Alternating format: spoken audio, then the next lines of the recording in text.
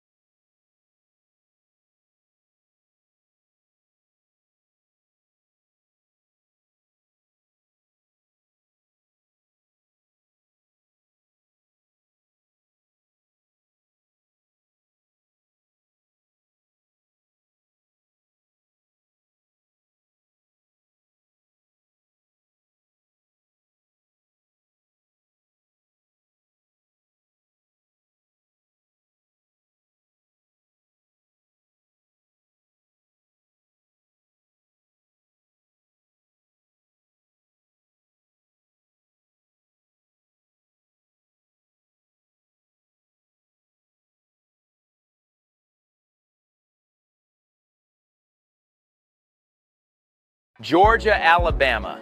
Sports Live will be your go-to for all your favorite high school and collegiate games this fall. From the Carver Tigers to the Columbus Blue Devils, the Harris County Tigers and Northside Patriots, the Glenwood Gators and Calvary Christian Knights, the Pacelli Vikings and Brookstone Cougars, to the Smith Station Panthers and Russell County Warriors, from CVCC, Pirates basketball and baseball, and every tournament from here to Macon. We are the #1 destination for anything happening in East Alabama and West Central Georgia. Be sure to like and follow us on YouTube and Facebook, and stay tuned for even more amazing ways we will be bringing Georgia, Alabama Sports Live to you this upcoming season. We can't wait to come see you next.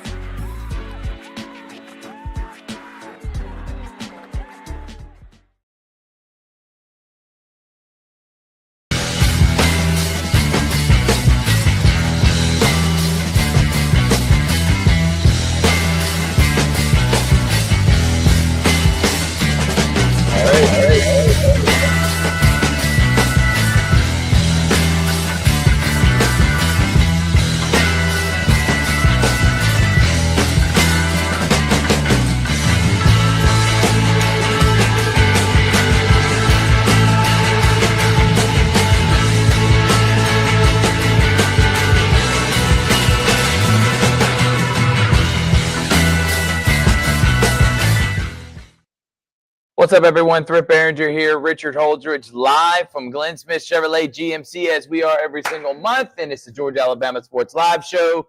2 shows in 3 days. You know we're cranking out the content now. Big Rich, driving all the way from Fort Stewart, Hinesville, Georgia to get here. How are you, Big Rich? You look, you ain't got no sleep, man. Another turn and burn, back-to-back weeks.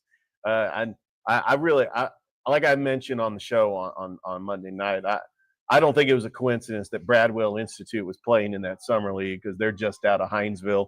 But I'm really excited to be back. I know we got Columbus United, and we got some big sports stories to talk about, and it's just great to be back just for a brief moment, and then I'm going to be heading back to Fort Stewart once again. Yeah, you will, and we appreciate you coming in. You'll be back here before you know it. Got a little over a week and a half left at Fort Stewart before you'll be back here full-time doing Georgia Alabama Sports Live stuff. We want to say thank you to Glynn Smith Chevrolet GMC for being our presenting sponsor. We also like that we are the official sports provider of Colin Scroggins, and Colin Scroggins also a big partner here with Glynn Smith Chevrolet GMC. So excited about that. And today they had a special ribbon cutting ceremony. Gator Kincaid was here. A lot happening on the campus and the car lot of Glynn Smith Chevrolet and GMC. All right, a ton we're going to be getting into. We're going to be talking about that new GHSA ruling, the transfer portal, basically what they're doing with it in high school athletics. We'll give you our understanding of it, our opinion on it, and what we think will be the future of it moving forward. And will Alabama follow suit? But the NCAA came out with their ruling on Monday, right after the show. $2.5 billion. Brian Seeley is now going to be in charge of the new sports commission that came about. So we'll get into that as well. We'll talk a little NBA Finals. I'll give you my hot take on the Braves. I said it on Monday. I'm going to say it again about Ronald Acuna Jr. And then anything else happened in the Chattahoochee Valley area.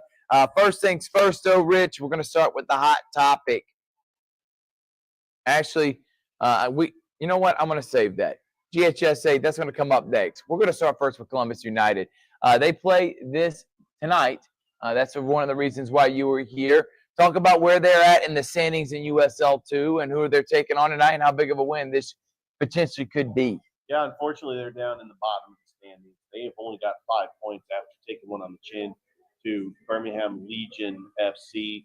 But they are taking on East Atlanta FC tonight, 7:30 on the pitch at A.J. McClung Memorial Stadium. And this is a team that's just got to find their identity, because right now, pulling up the standings in the South Central Division for USL2, Tennessee SC, they're at the top of the standings. Dothan United, Montgomery United, they're actually down at the bottom of the standings. So they got to get some wins. And what better way than to get a win tonight against East Atlanta FC out of Conyers. I can't wait to be on the call. And you can listen to the game live on NBC Sports Engine Play. And then I will go ahead and upload a replay of the broadcast on our platform on Georgia Alabama Sports Live. I want to thank Mike Peacock for filling in. He sounded fantastic. Absolutely. As he always does. Absolutely. And I know that, like, being the voice of Columbus United FC, I got to make sure that I'm at the majority of the 7 home games. And, I've called 3 so far. And, I knew that my job was going to take me away from missing at least possibly even 4 games. But I'm able to come back, call the games. And I just want to appreciate Mike Peacock for filling in when needed. Yeah, he did an excellent job. The game turned out really well, and you'll be able to see the recap again of the game on Thursday. And we have our GHSA ruling we're going to be getting in here in just a moment. But Richard, you had I pulled up the standings right now. Columbus United is in 5th place. They do have 5 points. There is a gap between the 4th place team and Columbus United. Tennessee SC has got 11 points. Right now, Columbus United FC stands at 1, 2, and 2. They have 1 win and 2 draws, so that gives them 5 points. Asheville City SC they've only played 4 games, but they're 4-0 in all those games. They got 12 points. Birmingham Legion FC, the team that Columbus United FC lost to, is currently actually in 1st place. They've got 13 points, and then Dothan United, another team that they have lost to, has got 12 points. So the 2 losses are actually pretty good losses. They're to some of the top teams in the South Central Division. So, taking on East Atlanta FC right now that is down at the bottom of the standings. So Columbus United FC, they need desperately to get a win tonight. And you can watch that again. But I would go out to Memorial Stadium. You got the Clingstones going on right now. They got a win last night, 7-6 over Knoxville. They're going to try to get another win tonight. So you're going to have both games going on in that same vicinity. I would go out. Heck, I would try to go to both games if you can afford it and walk over from both places and get your steps in. But either way, cheer on Columbus United coming up tonight. We're glad to be the broadcast partner of the Columbus United FC soccer team, and they'll be playing at Memorial Stadium here later on tonight. All right, we're going to take a break. When we come back from break, we'll talk about that GHSA ruling and more here on the Georgia Alabama Sports Live Show from Glynn Smith Chevrolet GMC. Be right back after this. You're watching right now the Georgia Alabama Sports Live Show that is presented by Glynn Smith Chevrolet and GMC. Get ready to smile. We'll be right back after this. We love being able to go to the different high school, colleges, middle schools to live broadcast sporting events around the area. Georgia Alabama Sports Live appreciates all the fan support, but without a presenting sponsor like Glynn Smith Chevrolet and GMC and Opelika, none of this would be possible. So we want to say thank you so much. Go to glynsmith.com. That is right, glynsmith.com. See all the inventory and see why people always say, get ready to smile. Thanks, everyone, and thank you to Glynn Smith Chevrolet and GMC for being our presenting sponsor. Georgia Alabama Sports Live is proud to partner with one of our presenting sponsors, Buffalo Rock. And without this partnership, it would be hard to be able to live stream all the different sporting events at high schools, colleges, and local professional teams every single week like we do. So we thank Buffalo Rock for their support of Georgia Alabama Sports Live. And next time you're watching a Georgia Alabama Sports Live broadcast, make sure you're drinking a nice, refreshing Pepsi. Delicious. Thank you to Buffalo Rock and Pepsi. Welcome back, everybody, here on Georgia Alabama Sports Live. For Barringer, the man himself, we call him Ricardo Richard Holdridge. He's back. Now he's Ricardo, Big Ricardo with Ryan Taney. But we thank y'all so much for tuning in. GHSA ruling, Richard, came out, and now they are cracking down on what is happening with the transfers that are going down. Georgia High School Association is moving forward with plans to strengthen its regulation for student athletes. If approved, the new policy will require schools to verify that legitimate family relocation has taken place. This includes submission of documents such as driver's license, current lease, utility bills, and showing the move from old residence to new one. Proof the utilities have been disconnected at the previous address and any rental agreements ended, confirming the family has officially moved. basically what's happened, and we've seen this many times, is there could be addresses that have been vacated for years that people are using and just writing down, or they're saying they live with a family member even though they don't, using a family member's address. It's become the wild, wild west, but this is something that's going on for years and years and years. But the GHSA now, I think the biggest thing I'm taking away from it is they want competitive balance within teams. And we're going to stick locally right now, Richard. I think this move, and not this upcoming year, but in future years, could help make specifically the big sports like football and basketball and baseball. It could help make sure that every single school has an opportunity to be successful in getting the kids that are in their area and in their district to be competitive with the other top-notch schools. If it's where all the great talent is deciding to go to one place, I think that's where we have seen dominating teams for so long. So if this does go through and this does happen, and it is enforced in Muskogee County, I would think smaller schools like Kendrick and Jordan could benefit from it. Yeah, there's no question about it. I'm very interested to see. We know where the schools in Muskogee County are located. I'd like to know where the border line is. Obviously, down in South Columbus, we've got Spencer. A lot of families on Fort Benning actually go to Chaco because Fort Benning is actually located in Chattahoochee County. Now, if you live off the base, you see a lot of military families that will go to a Carver or a Spencer or a Northside or a Shaw. But you also got to factor in Columbus is a magnet school. So we really can't factor in the geographical location of Columbus because it is a magnet school. You have to apply to actually get accepted in there. I think that the borders between Hardaway and Jordan are going to be very interesting. And then everything up in North Columbus with Northside and Shaw. And also the middle schools. You've seen the dominance of Aaron Cone at the middle school level.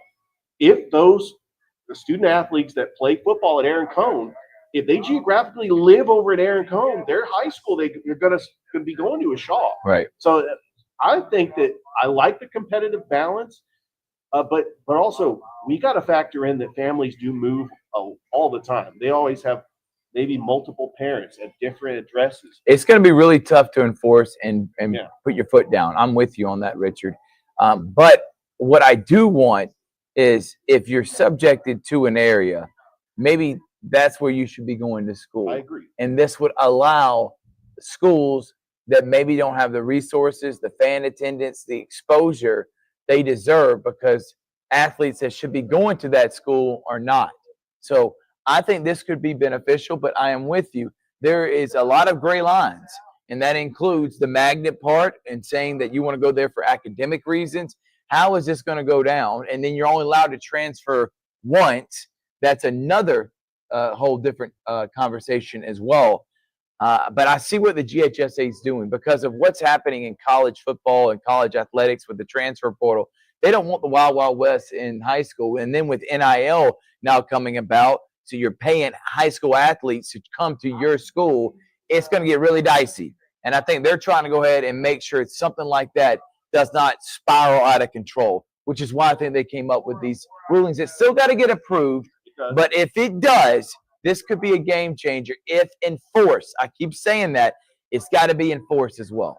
And if a student athlete transfers more than once after their freshman year, the ruling that they would have to sit out a year. Yes.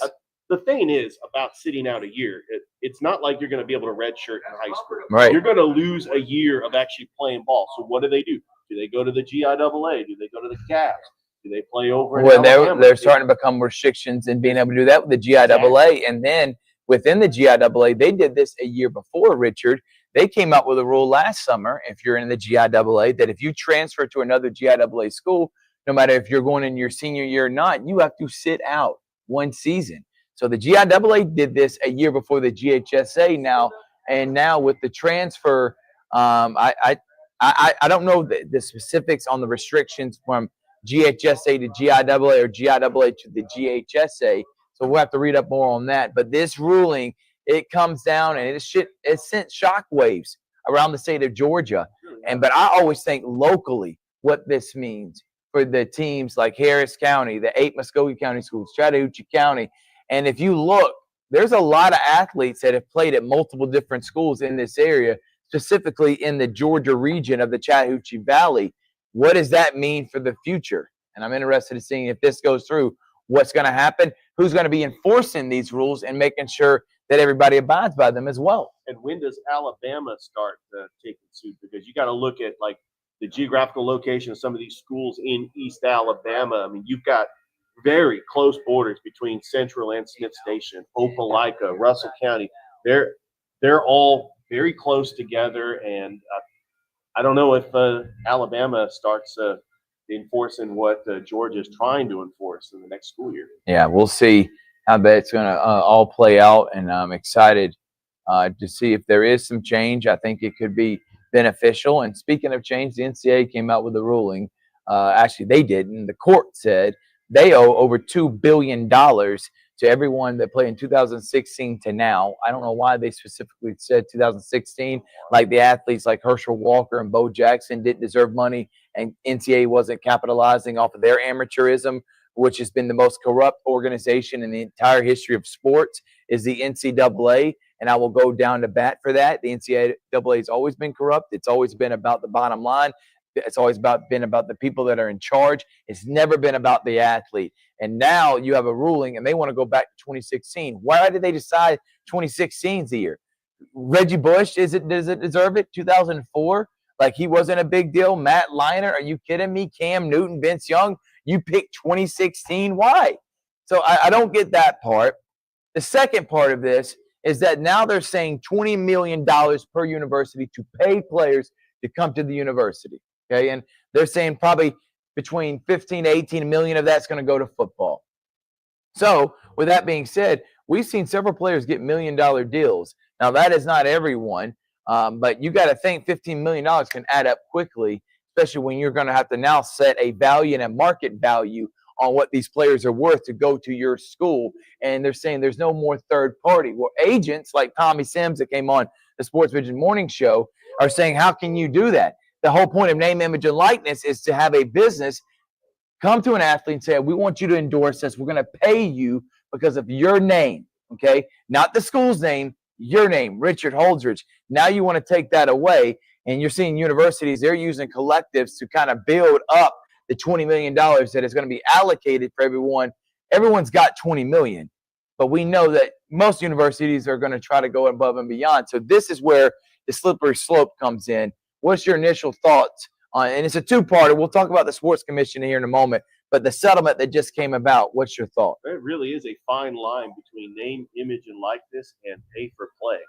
Now, obviously, when you had the NIL deals come out, it's basically what it was, an NIL deal. I know that they didn't have NIL deals back in 2016. I don't know why they went back to 2016. Maybe they had to pick a year because they couldn't go all the way back into the timeline, because that would just be just an astronomical amount of money. But I do think that the NIL deal should strictly just be that. Being able to use your name, image, and likeness, be in commercials, get paid for commercials, get paid to be on radio shows, get paid to be in the NCAA football video game.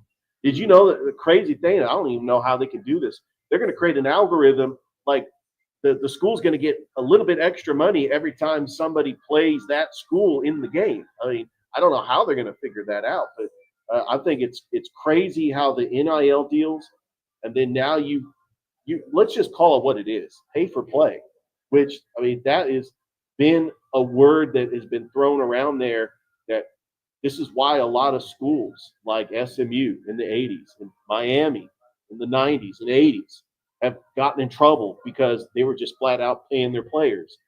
So I don't know. You got to put guardrails on it. I do like just keeping it with NIL deals. I think that pay for play, you get into dangerous territory. Yeah, I'm with you. $20.5 million, a part of a revenue sharing that is going to be part with the NCAA.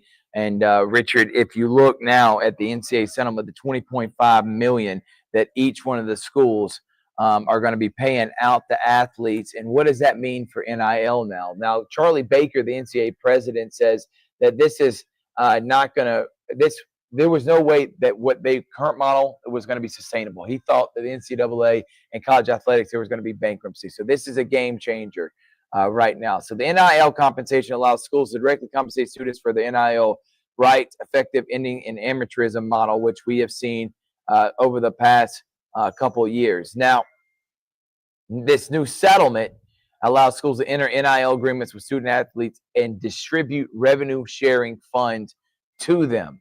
So, with that being said, what does this mean for the third parties that want to come in that are not going to be going through the school and may want to go to the athlete separately? Now we're going to have, obviously, athletes are going to already taking this to court saying that you can't do this. So this is far from over with.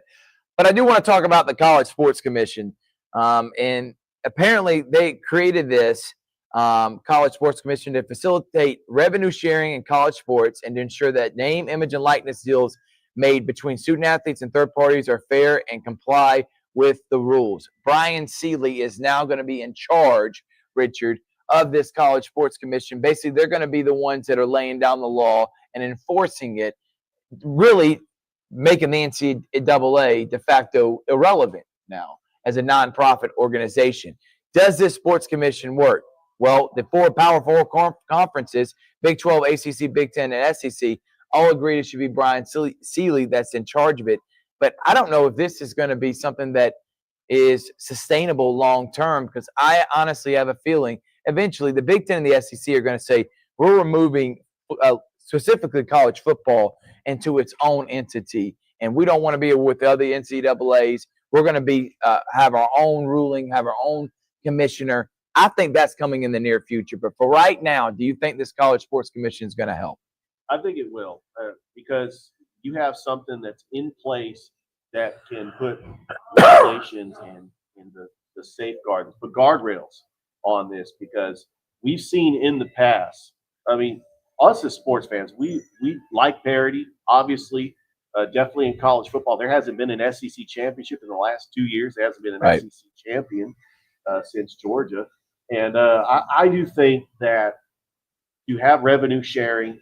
It's going to give, not necessarily the little guy, but it's going to give a team like Penn State a legitimate chance to win a national championship. It's going to give a team like Tennessee, who hasn't won a national championship since 1998. Still great fans, still making a lot of money.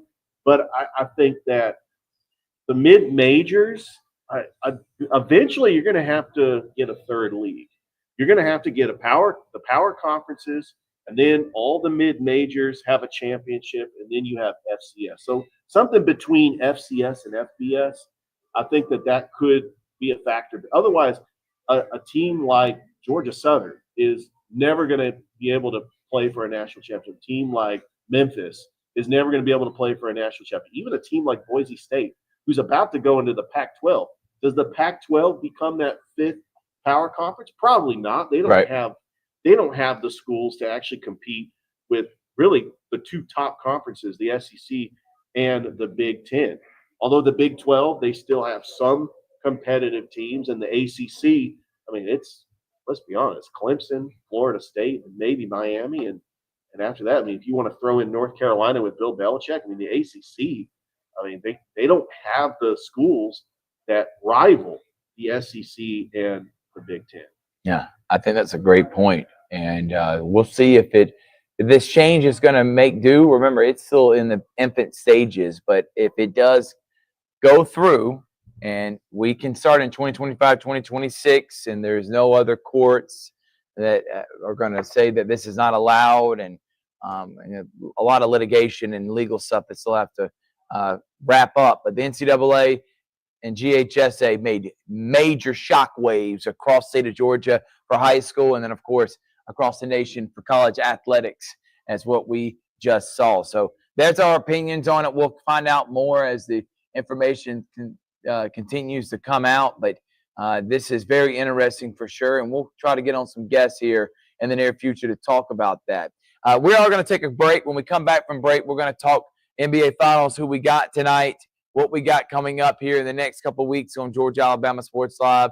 Braves continue to suck. I'll have one more soliloquy that I'll give out tonight, and we'll talk about what else is going on around the Chattahoochee Valley area here on Georgia Alabama Sports Live from Glynn Smith Chevrolet GMC. We'll be right back after. You're watching right now the Georgia Alabama Sports Live show that is presented by Glynn Smith Chevrolet and GMC.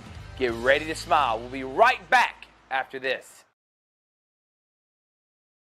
Hi, my name is Griff Gordy, and here at Gordy Eye Care, we have been serving the Bi-City community for 17 years.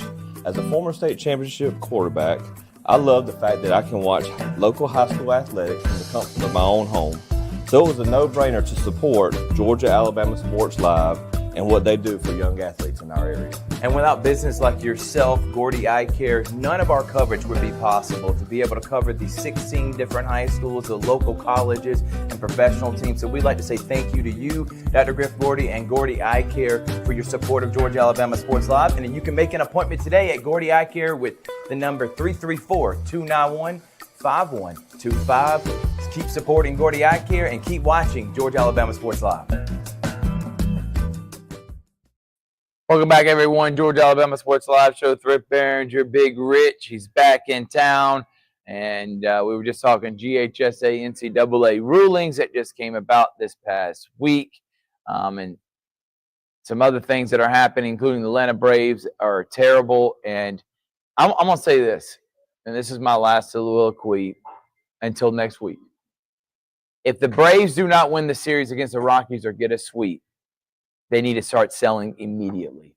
The Rockies are the worst team in Major League Baseball. They have one of the worst starts in the history of Major League Baseball. You're playing them at home. If you cannot win that series, season's done. I don't even care that most hardcore Braves fans would have to admit this team's done. There would be 10 games, more than 10 games under 500. They would be more than 15 games back of the division, more than 10 games back of the wild card. I would give up. And then obviously you losing the Rockies, you got guys that don't care anymore. And that's probably the worst part about what's going on in the locker room. 2014 was a very tough year for a Braves fan because they had to get rid of a lot of great players like Jason Hayward, Andrelton Simmons, Justin Upton. I mean, those deals eventually paid off. The Jason Hayward trade to St. Louis got Shelby Miller. They traded Shelby Miller to the Arizona Diamondbacks for the number one overall prospect, Dansby Swanson. Right. All those pieces were in place, but you got to start paying these players. You let Dansby Swanson go to the Cubs. You let Freddie Freeman go to the Dodgers. And I like Matt Olson, but Freddie Freeman was a leader in the clubhouse. Dansby Swanson was a leader in the clubhouse. You let Max Fried go to the Yankees. And I can understand that you can't pay everybody. Ronald Acuna Jr., yeah, they paid him, but he's gotten hurt. Major injuries twice in his career. Ozzie Albies, Austin Riley hasn't really, he's injury prone as well. I think we could see a rebuild. If they don't have a good series against the Rockies, you're right. It's a fire sale. Yeah. It's trade everybody. And you may end up having 3 or 4 gloom and doom years like they did in 2015, 2016, 2017, where the Braves were getting ready to go into this new ballpark and the team wasn't really all that great. Look, I like Alex Anthopoulos as a general manager. Look, we remember the general manager before Alex Anthopoulos, Frank Wren. Those years after Bobby Cox, when they had Freddie Gonzalez, which ironically he's back as a third base coach, but I like Freddie Gonzalez as a manager. But I think that they might even let Brian Stinker go if this gets out of hand. I think so too. And I don't know if they'll fire him. I think that he knows that they're not going to re-sign him as his contract's going to end, but this season would definitely be a wash. The last thing I want to wrap up on is some NBA. We talked finals on Monday. I think that the Pacers come out and win tonight. They lose game 4 and then end up losing in 6. We talked about that on Monday, but a couple other topics. The Knicks keep getting denied. Finch from the Minnesota says you're not getting an interview. Then they tried to go after Jay Wright. Jay Wright says, nah, he's good on that. Then they tried to get Ime Udoka, and Houston said, no, we're good. We're denying you. And now the Mavs and Jason Kidd, who is interested, got denied as well, which means that they would have to probably trade first-round picks to get him. Do they think Jason Kidd is that type of coach, or Finch or any of the rest? Now, Michael Malone, as rumored now, he may be in the fold with this, but that whoever gets that Knicks job is going to be very interesting, because obviously Kevin Durant The second part is looking for trade options, and number one is New York Knicks. You know what another place is? The Atlanta Hawks and San Antonio Spurs. I don't know if I'm the Hawks. I want to trade and go get Kevin Durant just for to sell tickets, because I don't think if you get a Kevin Durant at his age now that you're going to win a championship. But I do think if you go get Giannis Antetokounmpo, you'll win a championship. So if I had to pick between the two, I'm going to get Giannis. But if Kevin Durant ends up in San Antonio or maybe New York, I could see that move being the move that gets them over the top. I think the Hawks need a Giannis to get them over the top, not a Kevin Durant. But let's go to that Knicks. I mean, it's really interesting because whoever gets that job could have a new team, whether it be Giannis, Kevin Durant, joining what is a team that was 2 games away from making the NBA Finals. I got a hot take for you. Look, I think they need to go after Doc Rivers. I thought Doc Rivers was going to actually be let go in Milwaukee. Here's the thing. That would be another job for Doc. Look, here's the thing. You fire Tom Thibodeau because you thought you were going to get the coach to elevate you above Tom Thibodeau. What about Mark Jackson? He has not had a job since he got fired from the Golden State Warriors pre-championship when Steve Kerr got there in 2014, because Mark Jackson was the coach in 2014. They went to the playoffs for 2 years. He has maybe not had a job. Maybe Mark Jackson? I don't know. Maybe Tom Thibodeau is Mark Jackson, and you go get your Steve Kerr if you're the Knicks. That's what they're thinking. But this upcoming free agency is going to be very interesting in the trades and what's going to happen this offseason, because I see a lot of movement, and I could see a lot of power play in that Western Conference that's already loaded and stacked. It could get even more stacked. But I can't wait for the NBA Finals tonight. I know nobody else is watching them, but I am. I think it's fun, and I know you'll be tuning in once you get done with Columbus United FC. Any other things you want to talk about, Rich, before we get out of here? No, great show. Glad to be back here at the showroom, Glynn Smith Chevrolet GMC up here in Opelika. Yeah. And I can't wait to be back here next month. Yeah, and can't wait. Indeed. Thank everyone that has been tuning in and watching. Like and subscribe. Go follow us on Instagram, and we'll see you next time on the Georgia Alabama Sports Live Show from Glynn Smith Chevrolet GMC. Get ready to smile. Thank you for watching the Georgia Alabama Sports Live Show presented by Glynn Smith Chevrolet and GMC. Get ready to smile.